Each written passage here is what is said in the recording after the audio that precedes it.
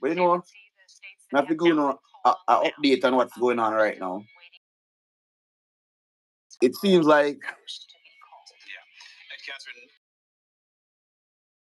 Trump up the biggest this map, but also we see Wyoming, the Dakotas. right now it's still there's still counting going on Breakdown there.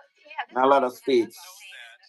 New York, they just closed the poll. 48 of the 50 states are winner take all for the Electoral College. Whichever candidate wins the popular vote in that state wins all of the state's Electoral College votes. Maine and Nebraska are the exception. They're on the work, you know. Votes go to the winner of the state. They're on the work, and tonight, at the night when we are know who is the president of the United States, is it Kamala Harris or Donald Trump? But most of the vote ain't gonna count tonight until about Friday, because now it's what time? Now it's 10:38 here in Tennessee, so it's like California. It's about 6:38. So their polling station is still open. Victories is something to watch. Yeah. But no big surprises in terms of the results. On the West Coast. So on the West Coast, polling station is still open. Things going on. So. And why those states may not be called. And you know, California, I think it's like 20-something million people. Like Texas, 30-something million. Florida, 25 million. New York, I think around 17 million. Tennessee, around 8 million. So there's a lot of votes to be counted.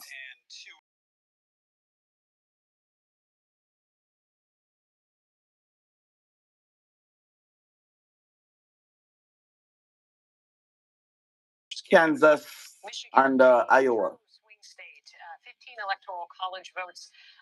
Kamala Harris, not sure. This state at one point, and Michigan right now is too close to call. But I'm there upon the live. You know, a long time I not come live because the work and the sick. The significance of this next swing state cannot be overstated. Kamala Harris.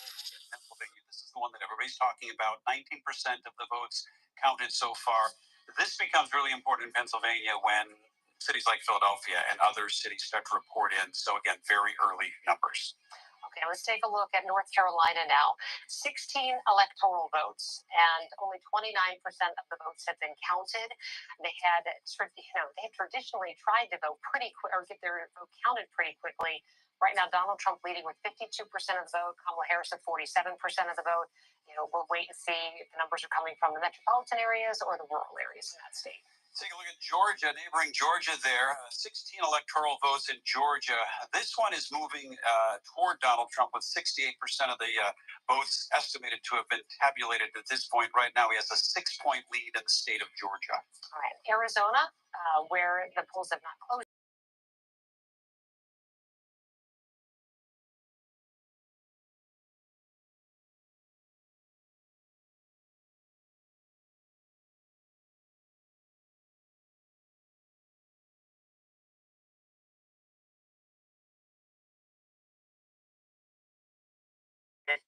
The two candidates. Let's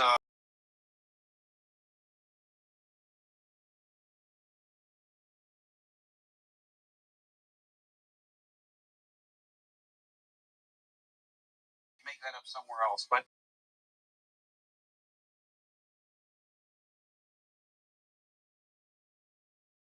there. Right, absolutely. So depending on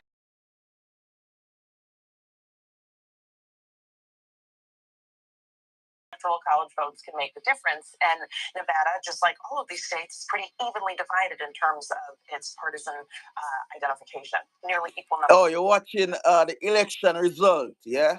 Here in the United States with Donald Trump leading Kamala Harris in about 4 states so far. Donald Trump projected winner there with a 10% lead, a 57% vote reported in. But the counting will go on until Friday, Saturday, because there's millions of votes that haven't been counted. North Carolina, you win Kansas, and you win Iowa. Make sure you differentiate between the gray and the blue. Sometimes if you just glance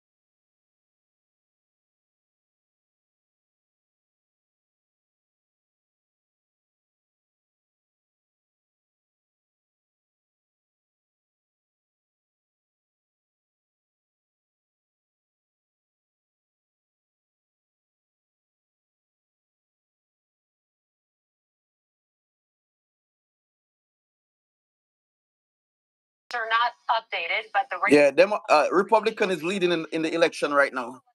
She has won by Republican is leading so far, but I mean it's early count, so and it's like 16% of most of the cities and state vote ballot count. So Kamala Harris still have a chance to win. You understand? Kamala Harris have a lot of chance. Yet, and they were so close in 2020, and it took days. It took days. We did not know that Biden won until the Saturday after the Tuesday election 4 years ago. And so it is entirely possible that we could have a similar scenario this year. It sort of depends on the states. So Pennsylvania does not start counting its mail-in and absentee ballots until election day. And then on top of that, each county has slightly different election rules. And so we could see just the counting process to take a very long time, and then add to that a state that is so very close. Yeah. So guys, I'm at work. Yeah, I'm at work right now. So yeah, for about 2 months. That's been the mantra. Waiting for the next plane to come in. Anything in the margin of victory in the states that have been called so far that would indicate anything other than that? The Florida margin is big. The result is not surprising, but the margin is big. Now, obviously, Harris did not really campaign in Florida because it's not a swing state. But that is interesting, and it does make me wonder about Georgia.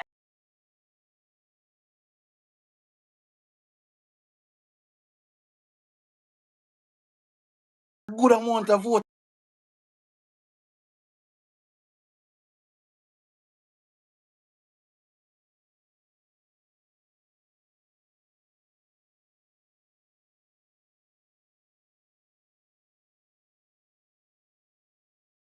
The demographics,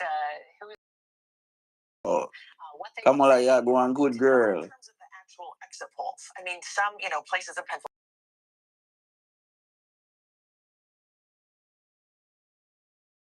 But again, it's sort of all anecdotal pieces here and there, and we don't have that systematic evidence from the full set of exit polls. All right, it's about 20 minutes after 8. Minnesota, Wisconsin, we are getting some numbers trickling in. Let's bring up Minnesota first, our home state here. Donald Trump with 67% of the vote to Kamala Harris. What? 1%. Minnesota?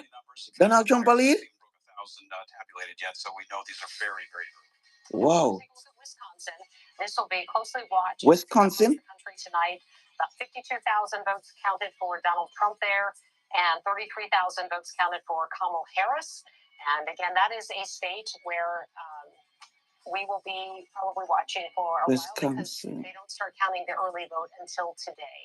And so this could take some time. They've said to have patience. And I think I did hear a little inkling of some problems with voting at polling sites today in the Milwaukee. So Donald Trump is leading so far in the counting, the early counting, but not saying that he will becomes the next president, because there's millions of votes that haven't been counted as yet. But so far with the count, Donald Trump is leading so far. Well, that's exactly right. So just like Minnesota, where the urban areas. But I have a strong feeling Kamala Harris is going to win the election.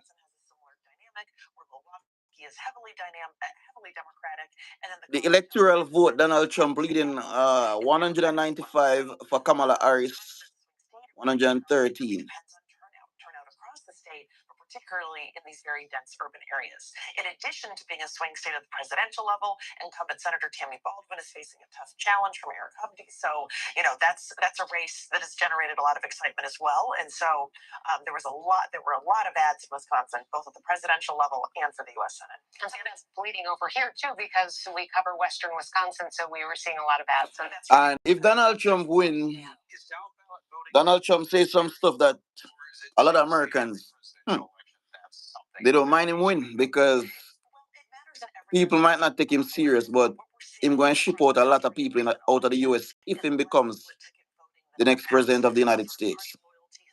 Because he also give the police immunity. He give the police a lot of powers to go house to house, knock on doors, and take out persons who are not legal in the U.S. and have them being deported. But they are saying that it's mostly persons who have been convicted or persons who have criminal record. But I do not trust those words. I don't trust those words. So pray that the lady wins. So if the lady wins, you have a chance to become a U.S. resident or in the future a U.S. citizen. Catherine, the swing states haven't been called. The polling shows, even though they're very tight races, that they might lean one way or the other. So as you look at the 195 and 113, what are you saying in terms of like a path to the presidency for each of the candidates? Well, yeah, of course, each of the candidates would really like to win Pennsylvania. For Harris, Radio check. Win Pennsylvania, Michigan, and Wisconsin, that would get her to accept. I think we need to. Now, there are other routes to 270 as well for Harris, which do not include Pennsylvania, but that would be really key. You know, Trump can take the Sun Belt states plus one of the upper Midwest states. And there is Pennsylvania right there. You mentioned how important they are. With Kamala Harris, a leader, is a 58, 42. Pennsylvania. Again, very early on in Pennsylvania. They've been warning us all week long that it might take days, if not longer. But right now, Kamala Harris with 58%, Donald Trump with 42%. Mm-hmm. All right, let's take a look at some of those swing states, some of the key swing states and the numbers that we have so far. Let's take a look at Georgia here.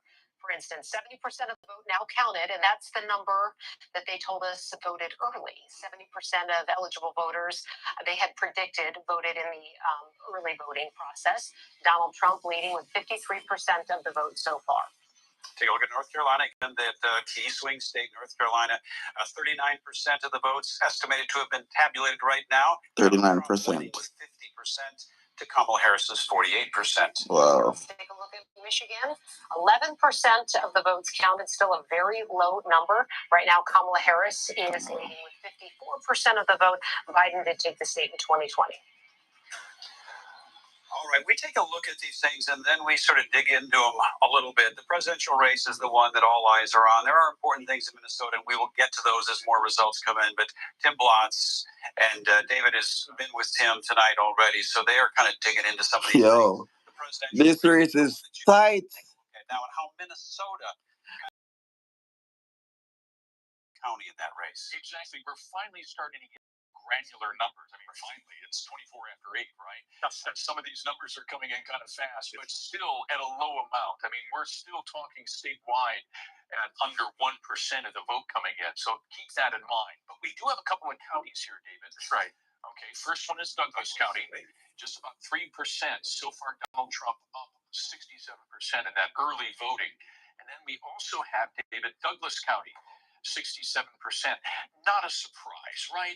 No, we're going to look at, I want to remind people that at the end of the night, 87 counties in Minnesota, Democrats, with the exception of Klobuchar, win about 12 counties, but they win generally the 12 most populous counties in the state, which is mostly going to be right around here and up in St. Louis County. And so what we will see, you're going to see red. It's all going to be red. It's going to look just like America. America is going to be mostly red if you're looking at the county level, but a few blue counties. But yes, we're looking. People, who do you think will win the election? Is it Kamala Harris or Donald Trump? 0.6% in Ramsey County. I get no surprises at this point. Right. So just text who you think will win, and if that person win, each person that get the correct answer get 3,000 credit each. Minnesota is in the metropolitan area because Metropolitan. population density is about 56% of the voting population again is right through here. Right through here.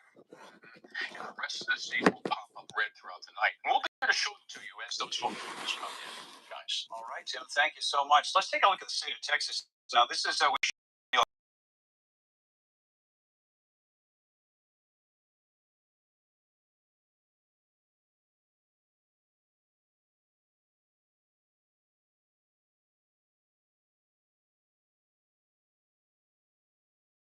Republican with 52%, the declared winner in the state of Texas.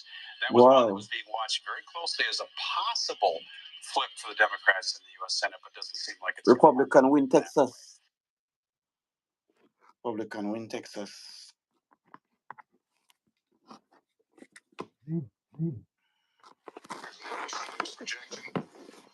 State of Florida. ABC News projects that Donald Trump will win Florida and take its 30 electoral votes. State of Massachusetts, Kamala Harris Sam, text me on the next phone. Trump's a projected winner in Tennessee tonight. 11 electoral votes there. In the state of Maryland, NBC News projects that will go in the Kamala Harris column. Move on to the state of Missouri. NBC News projects that Donald Trump is the victor in Missouri when all the votes are counted. Here's what Alabama looks like. That will also go to Donald Trump. State of Oklahoma, this will be projected to go to Donald Trump. What? And in D.C., District of Columbia, 3 electoral votes at stake. NBC News projects that Kamala Harris will win there. So where does that leave us now on the road to 270?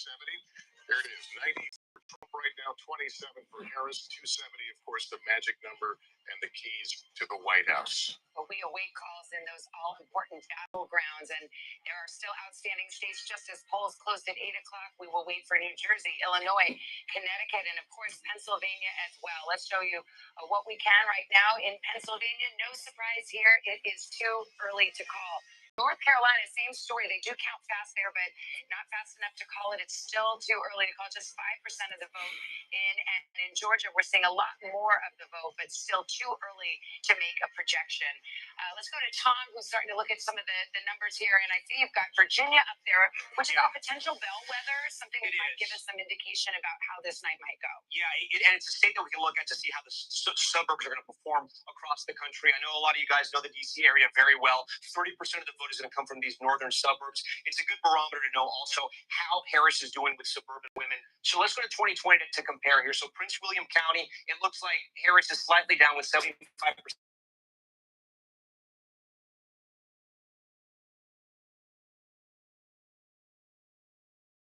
56%. Again, there's a difference of about 35,000 votes. 95% is in, and we can actually see how much of the vote is left. Only about 3,600 votes remain in Loudoun County. So she's underperforming a little bit there. As we keep going here, Fairfax County, 45% in. She's at 68%. Let's see how Biden was doing there. 69, about the same. Something else that's interesting that's happening in Virginia Beach. This is a swing county. Trump won it in 2016. Biden was able to flip it. Tonight, Trump is on top, but only about 20% of the vote is in. A lot of the western part of the state, as we know, is going to be more rural. Some of that coal mining country, it's going to resemble West Virginia. We have some of the vote in a county like over here, Wise County. This is a good Trump barometer. He's at 78%. He was at 80%. Okay. All right. 41% of the vote is out. You gotta text. You gotta. I guess the thing that sticks out. Yo, I send you the invitation, bro. But Loudoun County, again, this is a place where Democrats want to run up those votes in Virginia. Yeah, I can't send it again. Virginia is in danger for Democrats because they were able to run up the score in 2020. But Trump in 2016 got close. He got within 5 points. A number like this, it's going to.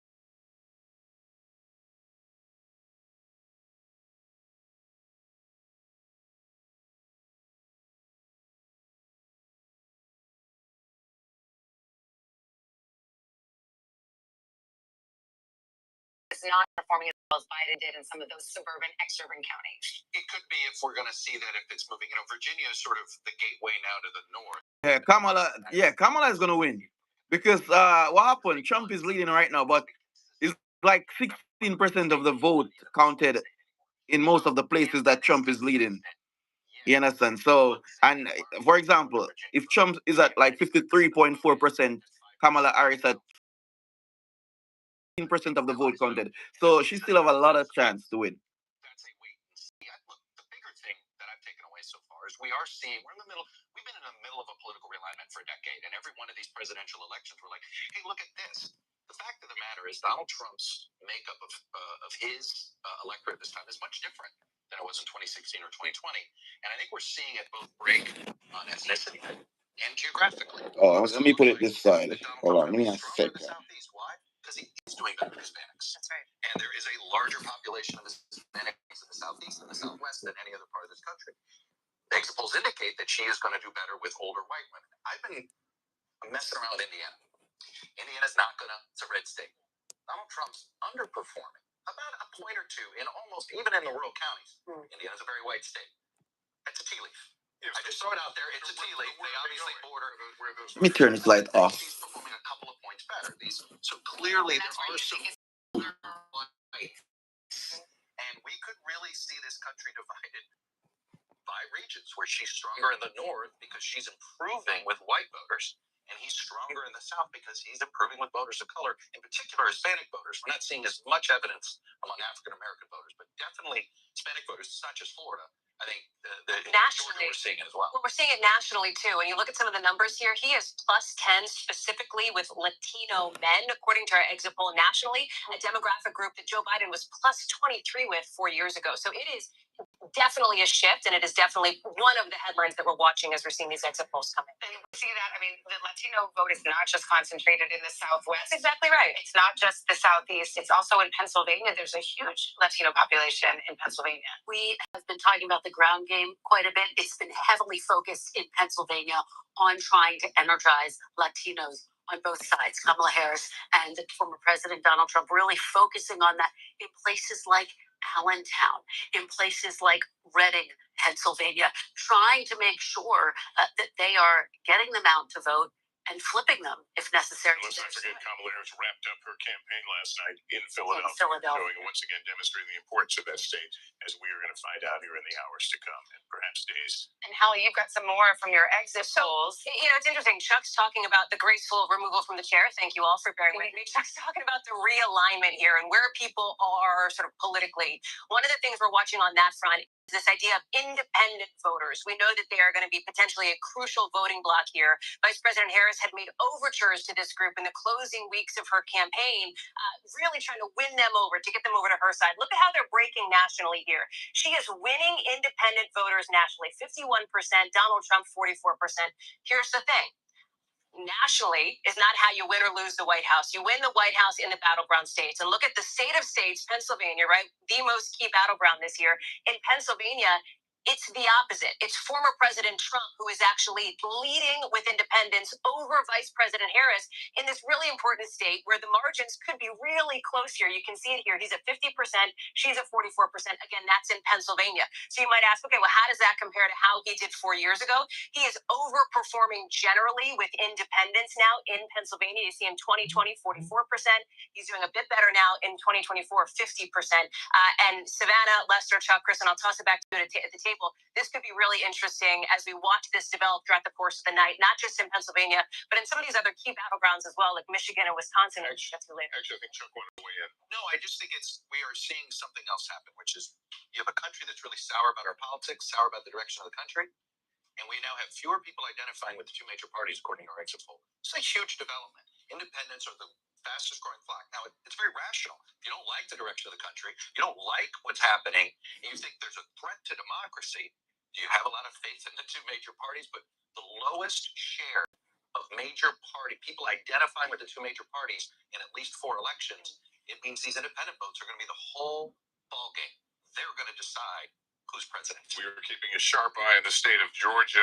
We can show you where things stand. We just had a change of characterization here. Our characterization from the decision desk now is that this is too close to call. You can see about a 267,000 vote difference between the two, with 37% of the vote in. But again,